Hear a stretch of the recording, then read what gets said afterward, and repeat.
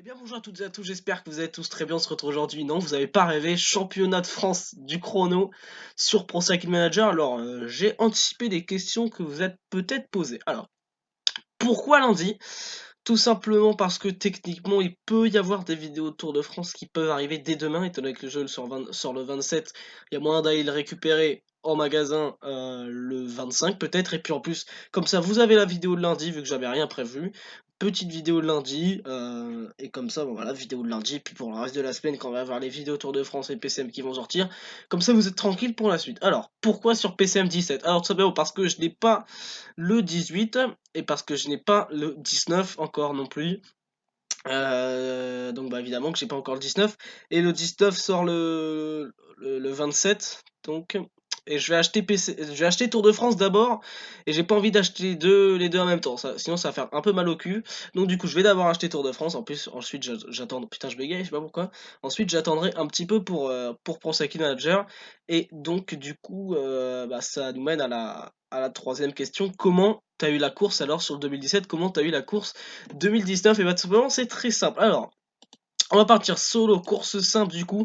Alors il n'y a pas de son de fond, donc j'aurais rajouté une petite musique en fond, comme le fait un peu Gilou il me semble, ou certainement d'autres youtubeurs, parce que sinon ça va être un peu lassant d'entendre un mec sans son de fond. Et vous allez entendre le bruit de ma souris aussi, ça c'est un peu stressant.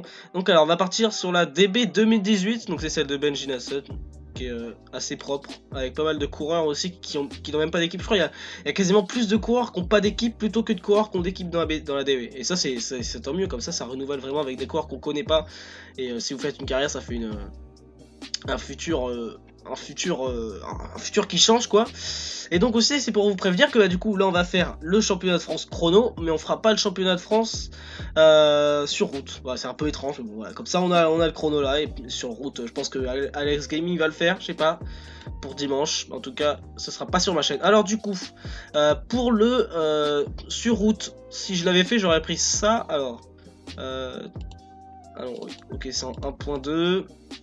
1.1 pardon, donc classique Loire Atlantique, vous voyez ce parcours, et bah ce sera exactement le même en vrai. Donc si je l'avais fait sur le jeu, et bah j'aurais pu le faire en plus, et je comptais le faire puisque le jeu était censé sortir le 4, donc je comptais le faire. Mais du coup bah finalement bah, je vais pas le faire étant donné que les jeux sortent le 27. Et donc du coup j'ai classé alors comment t'as eu la course du coup? Et bah hop, je l'ai placé dans le Grand Prix de Denain, 46 km 500, Clisson la et Foissière. Et bah je l'ai créé moi-même. Et ouais, on n'est pas des feignasses ici, soit on fait les choses, soit on les fait pas.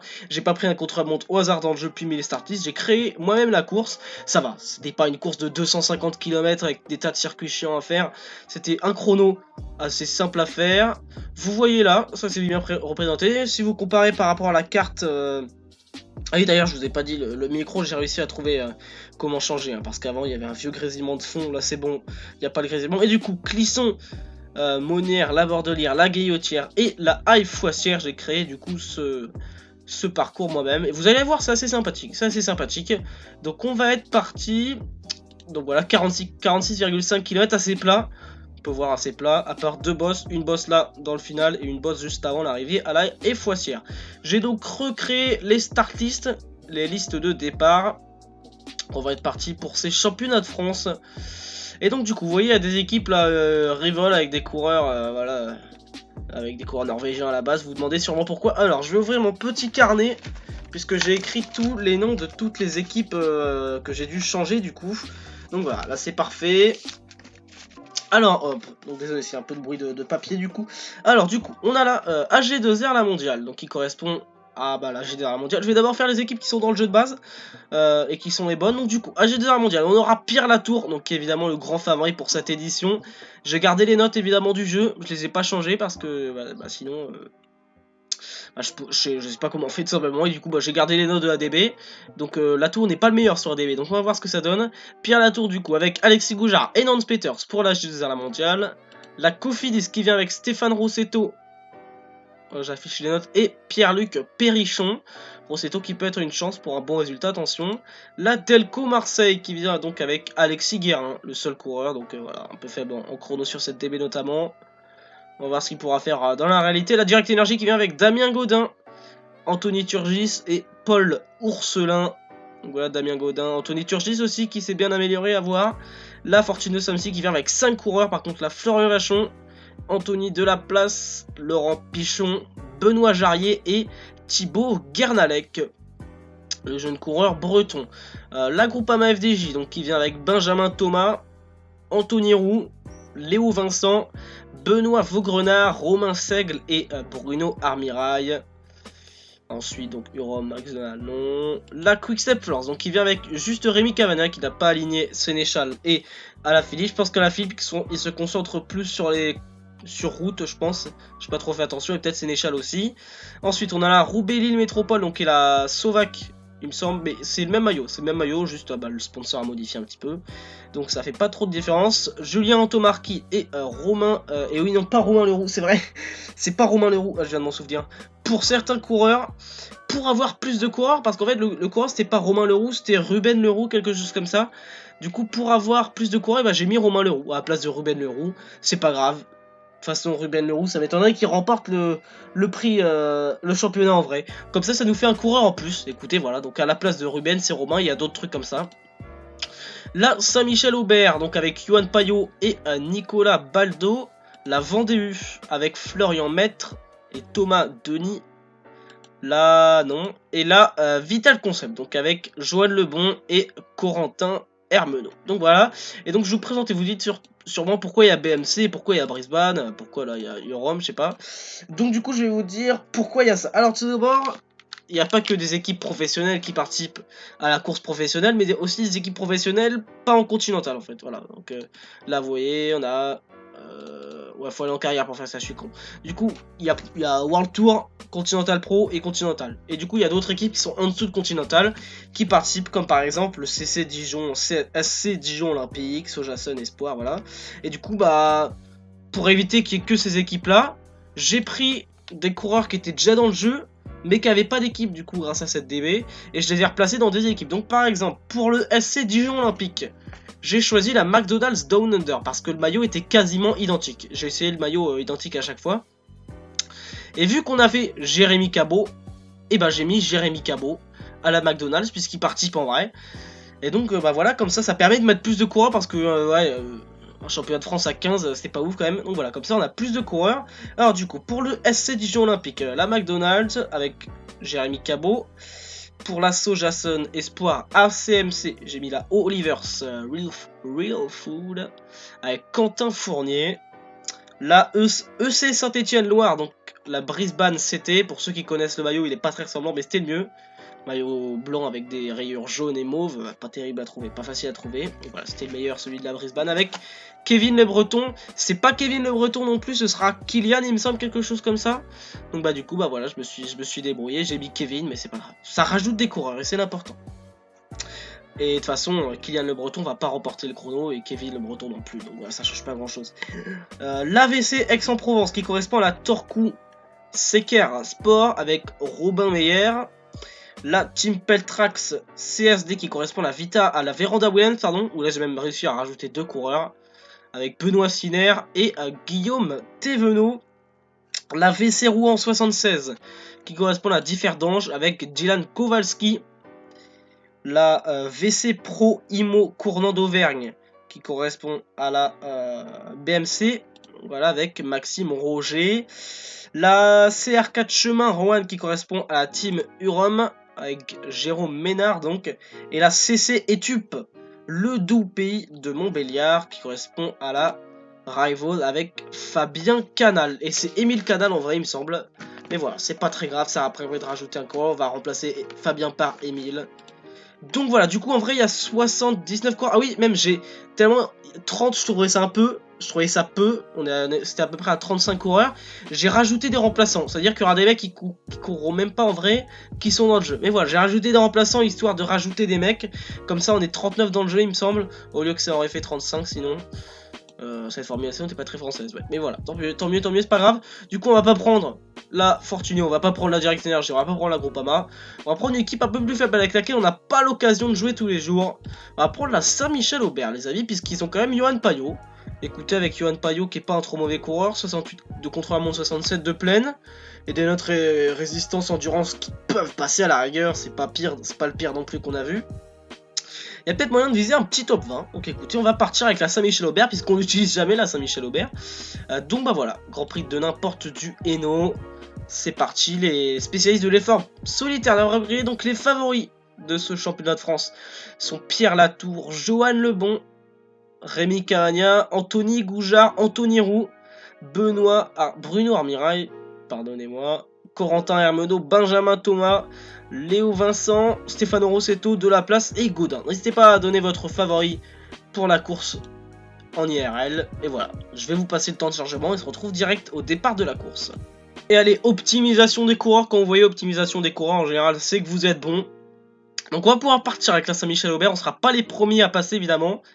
39 coureurs donc contre 75 en route. Je trouve que c'est pas mal. J'ai essayé de mettre le plus de coureurs possible, comme je vous l'ai dit.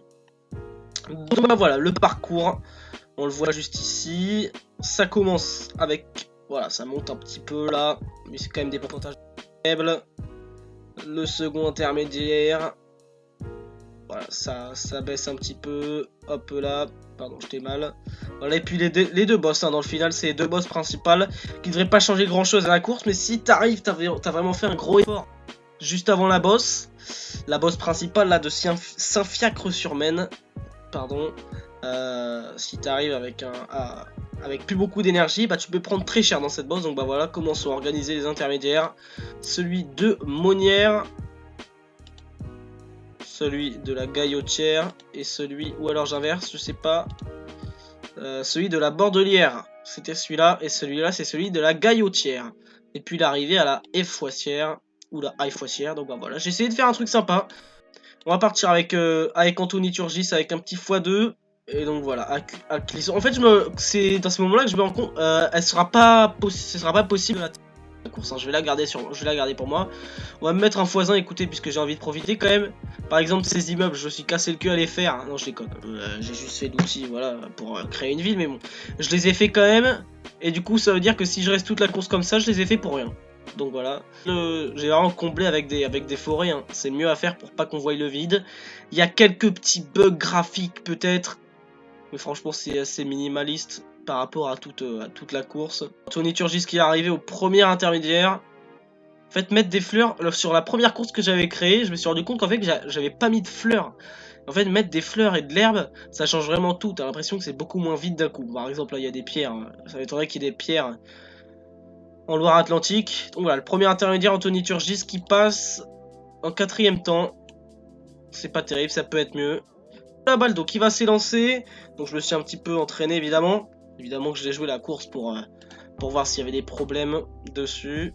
En vrai c'est 47 km, là c'est 46,4. Donc ça va, c'est pas mal. Et allez, c'est parti. Le départ de Clisson pour Nicolas Baldo. Désolé si ça lag un petit peu. Normalement ça devrait aller, ça devrait être ça devrait aller normalement.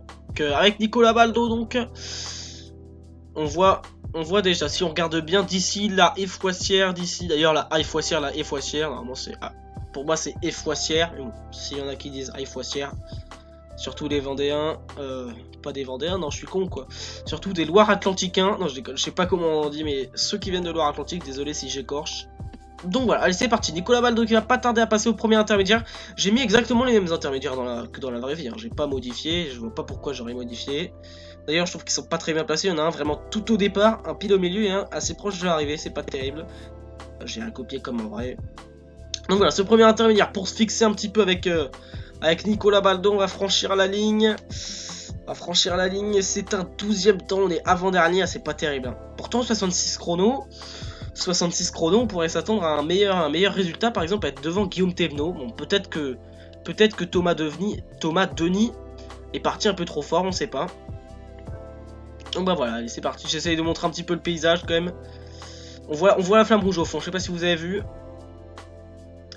Donc allez c'est parti. On passe dans ce village, je vais pas mettre le x2. Je vais mettre le x2 pour Payot, mais là avec Baldo. On découvre un petit peu la course. Donc on fait toute la course en x1. Voilà, on voit la ville de Clisson au fond. Et puis de toute façon, la victoire, ou peut-être le top 20, on va le viser avec Payot qui a plus de chance. En plus là, Baldo il se tape à -2 le pauvre. Donc c'est pas terrible. Alors, ce village sur lequel je me suis un petit peu déchiré au niveau des trottoirs, mais j'ai fait du mieux que je peux aussi. Donc là c'est assez sympa avec maison et tout. là, voilà, il y a un petit problème là par exemple. Bon, c'est pas assez minimal. Voilà, là aussi, il y a un trou dans le, il y a un trou dans le décor. Là, ça passe encore. Voilà, Nicolas Baldon va se diriger petit à petit vers le second intermédiaire. Pour l'instant, vraiment, il n'y a pas eu de grosses difficultés. Hein. Il n'y a pas eu de très grosses difficultés. Donc, pour l'instant, ça va, ça s'est plutôt bien passé. Alors, voilà Effoissière d'ici. Hein. Voilà Effoissière d'ici. Et du coup, c'est parti. Le village là, bon, il y a une maison noire au fond, mais c'est pas grave. Allez, 5 km. 5 km avant l'intermédiaire. J'ai essayé de faire un truc propre à l'intermédiaire. Voilà, une petite maison avec une petite ferme en face. Vous m'en direz des nouvelles. Bon, c'est pas ouf, c'est pas ouf. Hein. Mais j'ai fait du mieux que je pouvais. Allez, là, ça monte un petit peu. On peut le voir. On le voit pas trop sur le profil, mais là, ça monte un petit peu. À l'entrée de ce village. Là, un petit problème avec le trottoir, encore une fois. Et allez, 2 km avant d'arriver à l'intermédiaire. Le second intermédiaire, c'est Benjamin Thomas qui est en tête, devant Léo Vincent et Benoît Vaugrenard. Benjamin Thomas qui fait un bon temps pour l'instant. Allez, le second intermédiaire. Voilà, je vais vous présenter mon œuvre. On franchit la ligne à la Bordelière. Voilà. Donc, une petite ferme avec un petit tracteur, deux petits tracteurs. La petite maison et la petite en terre. Bon, j'ai fait du mieux que je pouvais. Hein, bon, voilà. Allez, bon, on rattrapera pas Julien Antomarchi, ça c'est sûr. Qu'à la Bordelière, on vient de la franchir. On est 11e avec Nicolas Baldo, c'est pas terrible. Dans le même temps que Guillaume Thévenot quasiment. Avec Thomas Denis, Paul Ourselin, pardon, qui vient de franchir la ligne. C'est bien ça, allez. On va passer sur Yuan Payot, du coup on va passer un petit peu en rapide. Départ d'étape, 74. On va passer un petit peu en rapide puisqu'on l'a vu avec Nicolas Baldo et 74. Hop. Et du coup, en fait, dans le final, là je mets 74, mais dans le final, il faut un petit peu accélérer. 74, ça vous fait arriver avec un petit peu, voilà, un petit peu trop d'avance par rapport à la barre là. On va mettre petite fois 2 pour le départ de Yuan Payot. À plus de, on a 0 de forme du jour. Et à plus de chrono, plus de plaine, plus de prologue. Bon, plus de prologue, on s'en fiche un petit peu. Plus à endurance, plus à résistance. Ça va, c'est sympa. Ça nous donne ça nous met une bonne note. Du coup, 70 contre un montre, je suis pas sûr qu'on puisse rivaliser avec les meilleurs. Mais on va certainement pouvoir réaliser un beau résultat. Yuan Payot franchit le premier intermédiaire, 13e. On s'y attend. C'est normal cette 13e place. On n'est pas là pour faire un résultat dès les premières intermédiaires. L'important c'est le résultat à l'arrivée. Regardez Baldo. Ah non en fait il est toujours aussi nul. Yuan Payot qui a donc franchi ce premier intermédiaire. C'est pas terrible, ça aurait pu être mieux. Allez, est-ce que tous les coureurs se sont élancés à son maillot de champion de France aussi. Voilà, on va dire qu'il concourt avec. Et du coup Cavagna, le dernier coureur, s'est élancé. On va aller regarder l'arrivée de Nicolas Baldo qui va arriver à la Effoissière. Allez, le dernier virage, on lance à fond. Allez, c'est compliqué là dans ces derniers mètres. Nicolas Baldo, est-ce qu'il va faire un bon temps mieux par rapport à ce qu'il a fait depuis le départ? À une 9e place. Une 9e place quand même, on est devant Florian Vachon et Laurent Bichon qui ont toujours été devant nous. Oh écoutez, ça aurait pu être pire. Allez, on arrive dans 5 km au second intermédiaire. On va mettre un petit x4 et puis dès l'intermédiaire, on va mettre en x1 pour profiter du magnifique décor que je vous ai concocté pour ce final. Et allez, l'intermédiaire du coup. Oh non, mais c'est une blague, mais là c'est pareil. J'ai mis ça, là, c'est un petit truc, c'est un petit ça commémore les morts, voilà, sur le bord de la route. Comme par hasard, les mecs, ils ont mis une voiture là, pile sur la mémoire aux morts. Super. Alors, mettre à côté, mais non, ils l'ont mis là, bon, c'est pas grave. C'est pas grave, ça a pas marqué l'histoire, hein, cet événement. Allez, Yuan Payot, on s'est amélioré à ce second intermédiaire. C'est Joan Lebon qui est en tête à Monnières. Rémi Cavagna, on franchit la ligne, hein, et donc Joan Lebon qui est en tête et qui pour l'instant est parti pour aller chercher ce titre de France. Allez, Yuan Payot, on va pas tarder à arriver au second intermédiaire. Là, ça va être sur du plat, puis ça va descendre. Ça va remonter sur un petit faux plat. On traverse donc presque une grosse ville, hein, la grosse ville qui s'appelle Vertou, 13 000 habitants, voilà, qu'on voit au fond là. J'ai essayé de modéliser un petit peu, mais quand les bâtiments sont trop loin, ça fait des maisons noires, c'est un peu chiant ça. Donc du coup, j'ai essayé de camoufler. Avec ça, c'est Wall House comme ils appellent. Là, hop, j'ai rajouté Une ville aussi. Allez, ça descend. Le pont, et là on peut dire que c'est la ville de Vertou, donc j'ai essayé de faire une sorte de grosse ville. Et en fait, derrière, il y a quasiment rien du coup. Derrière, il y a plus rien, il y a même plus de forêt et tout. Voilà les forêts pour combler là-bas. On va commencer d'ores et déjà à le mettre à 75. Allez, du coup, le second intermédiaire qui a été par tous les favoris, pardon. Et c'est encore Johan Lebon qui est en tête. Est-ce qu'on va avoir une surprise de Johan Lebon? C'est pas forcément celui-là auquel on s'attendait. Allez, Yohan Payot, nous on arrive au second intermédiaire. Ruben Leroux, donc 13ème. Et nous, avec Yohan Payot, on fait la 9ème place. Ça va, on s'est amélioré du coup avec ce petit plus 1 là qu'on s'est mis au niveau du curseur. Bon, là, il y a aussi un problème avec la double route, mais là, j'ai galéré. Donc là, ça va. Là, ça va, c'est pas trop ma faute. La côte de Saint-Fiacre-sur-Maine, elle est pas facile. Elle est pas facile, on arrive direct, regardez des pourcentages à 10%. C'est très très court, mais c'est assez pentu et ça fait mal du coup. Allez, c'est parti. C'est parti, elle est passée cette côte. C'est pas ce qui nous avantage avec Yohan Payot. 66 de vallon. Allez, je pense qu'il y a vraiment un objectif top 10 qui peut s'envisager là. Il y a un objectif top 10 qui peut s'envisager. Est-ce que tout le monde est passé au second intermédiaire? Pas encore, pas encore. Mais Rémi Cavagna qui est pas dans son jour, hein. Qui m'a pas l'air dans son jour.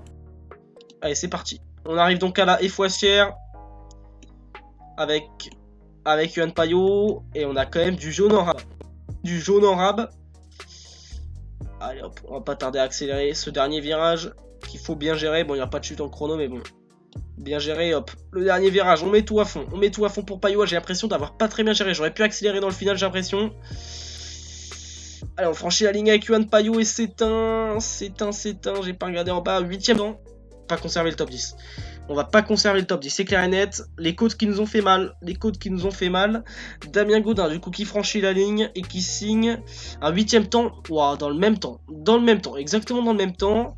Anthony Delaplace qui va franchir la ligne. Lui, pour sa part. 7ème, d'accord. Il fait que des. Ouais, bon, à 7ème. 7ème pour. Du coup, bah, Payot, on visera pas le top 20. C'est bien dommage. Stefano Rossetto qui a pas fait un très bon chrono. Qui lui vient signer du coup une 8ème place. Et ils sont tous 8ème ou quoi? D'accord, on se fait encore voler. Johan Lebon première place. Est-ce que Bruno Armirail, le coureur de la Groupama FDJ, va réussir à prendre la place de Johan Lebon sur ces championnats de France? Champion de France du chrono quand même pour Bruno Armirail, c'est pas rien. Et non, deuxième à 1 seconde. Aïe aïe aïe. Pierre Latour qui va franchir la ligne. Ah, qui est pas dans la même forme que les autres années. Hein. Pas dans la même forme que les autres années. 5ème à chaque intermédiaire. Et à l'arrivée, est-ce que c'est une 5ème place? C'est une 3ème place. Il a bien fini ce chrono, mais pas assez bien pour aller chercher Johan Lebon. Est-ce que Rémi Cavagna va décrocher son premier titre de champion de France du contre-la-montre? Eh ben non. Du coup, Johan Lebon, fictivement, est le champion de France en 1h11. Et ben voilà, Johan Lebon sur ces championnats de France qui vient s'imposer devant Bruno Armirail, Pierre Latour, Rémi Cavagna et l'autre coureur de la Vital Concept, Corentin Hermenot, qui vient signer une 5ème place. Et par contre, Ribambelle de FDJ dans le top 10. On a 5 FDJ dans le top 10. Donc voilà, au niveau des équipes qui avaient au minimum 3 coureurs, c'est la Groupama FDJ hein, qui a fait les meilleurs temps. Devant la AG2R, la Mondiale, la Fortuneo et la Direct Energy. Donc, et 5ème Corentin Hermenot. Hein, c'est parce que vu qu'il n'y a pas assez d'équipes, ça bug un petit peu. Et du coup, voilà, au niveau des 4 équipes qui avaient au minimum 3 coureurs, la Direct Energy, ça n'est pas bien sorti du tout. Johan Lebon qui s'impose du coup sur ce contre-la-montre en 1h11. Voilà, très belle performance pour Johan Lebon qui remporte son premier championnat de France du contre-la-montre professionnel, hein, si je dis pas de bêtises. Bruno Armirail qui finit à 2 secondes, à peine 2 secondes pour le coureur de la Groupama FDJ. Donc là, il a 24 ans, donc vraiment, en vrai, il a 25 ans. Pierre Latour, 3ème. Rémi Cavagna, 4ème. Corentin Hermenot qui fait une 5ème place, belle 5ème place pour Corentin Hermenot. Anthony Roux 6ème, Léo Vincent 7ème, Benjamin Thomas 8ème, Alexis Goujard 9ème et Benoît Vaugrenard qui complète le top 10 à 59 secondes. Donc un top 10 assez serré, hein, en 59 secondes, un top 10 en 1 minute, assez serré. Nous, Yohan Payot, on vient donc chercher cette 15ème place, un top 15 avec Yohan Payot, on crache pas dessus, c'est franchement pas mal. Et Baldo à quelques secondes du top 20 qui échoue donc juste derrière Nance Peters, c'est bien dommage.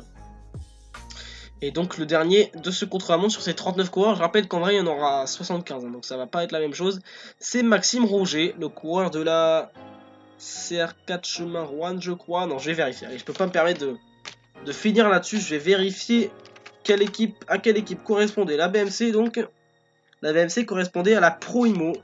C'est vrai, VC Pro Imo. Donc voilà, le cours de la VC Pro Imo qui finit donc à la 39e position. Et donc bah voilà, c'était sympathique ce petit championnat de France du contre-la-montre, les amis. J'espère que vous l'avez apprécié. En tout cas, nous on se retrouve dès prochainement du coup pour de nouvelles courses hein, sur les Jeux Tour de France 2019 et Pro Cycling Manager 2019. Du coup, on va commencer par le Tour de France, contrairement au post que j'avais publié où j'avais dit d'abord Pro Cycling Manager puis ensuite Tour de France. Ça va être l'inverse puisque les jeux ont été décalés. Si vous n'étiez pas au courant, allez voir le post que j'ai fait dans la communauté. Voilà, qui explique un petit peu tout. Donc bah voilà, j'espère que vous avez apprécié cette vidéo, c'était assez cool quand même, c'était assez cool. Voilà, rien que pour l'effort d'avoir créé le parcours quand même. Mais bon, ça m'a fait plaisir, voilà, si vraiment ça me faisait chier, j'aurais pas fait la vidéo, hein, donc voilà. Allez, j'espère que vous avez kiffé, n'hésitez pas à mettre un pouce bleu, à vous abonner, à partager cette vidéo, à commenter cette vidéo et tout. Dites-moi qui vous pensez voir s'imposer pour la course en IRL. Et nous on se retrouve bientôt comme je vous dis, allez à plus.